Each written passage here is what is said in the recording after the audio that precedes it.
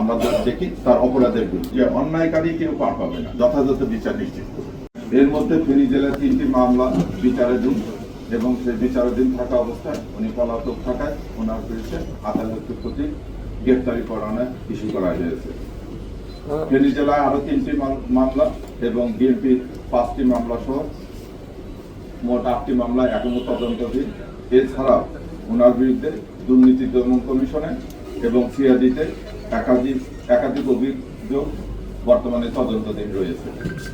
তার বিরুদ্ধে পল্টন, বনানী, কোতোয়ালি, মিরপুর ও হাতিরঝিল থানায় হত্যা চেষ্টা, মানব পাচার প্রতিরোধ আইন ও মানি লন্ডারিং সংক্রান্ত গুরুতর অপরাধের মামলা রয়েছে। প্রাথমিকভাবে তাকে ডিবির তদন্তাধীন পল্টন থানার একটি মামলায় গ্রেপ্তার ডেকে বিজ্ঞ আদালতে প্রেরণ করে 5 দিনের রিমান্ড চাওয়া হচ্ছে।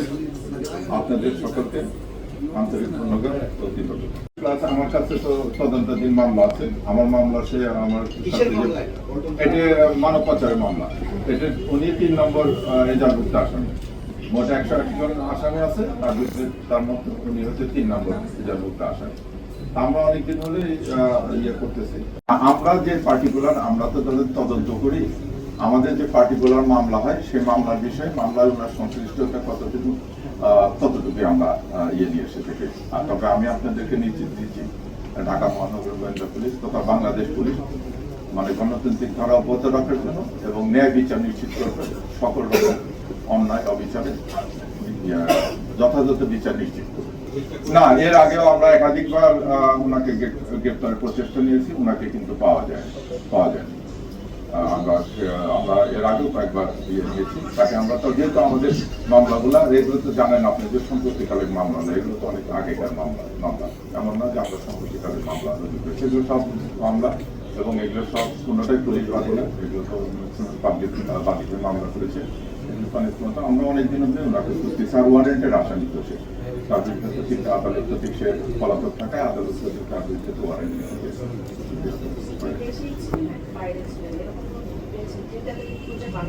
উনি বললো যে উনি এসেছেন পলাতক। তথ্য আসলে আমি বললাম যে অন্যায়কারী কেউ পার পাবে না। অন্যায়কারী কেউ পাবে। এরকম যদি কোনো বিষয় আসে বা এরকম যদি কেউ থাকে যে কেউ ওনাকে দ্বারা ক্ষতিগ্রস্ত হয়েছে, সে ক্ষতিগ্রস্ত যে কারো অধিকার আছে আইনের আশ্রয় নেয়, এখনো যদি না আমরা তাকে ওয়েলকাম জানাবো। আর আমরা যদি এটা পাই, যদি তদন্ত আমাদের আমরা তো অবশ্যই যথাযথ ব্যবস্থা নেব। আমরা বলতেছি সবার জন্য ন্যায় বিচার আমরা নিশ্চিত করবো, সবার অন্যায়ের জন্য, সকল অন্যায়ের জন্য বাংলাদেশ পুলিশ ন্যায় বিচার নিশ্চিত করবো। আমি আপনাকে বারবার বলেছি যে বাংলাদেশ পুলিশ একটা পেশাদারী সংগঠন, পেশাদারী অর্গানাইজেশন।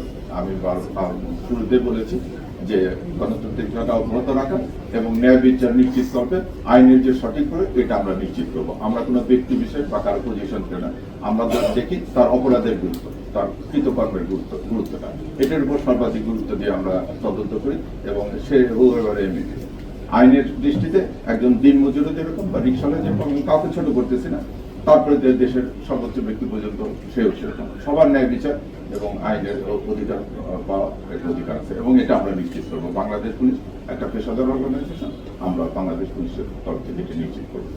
ধন্যবাদ।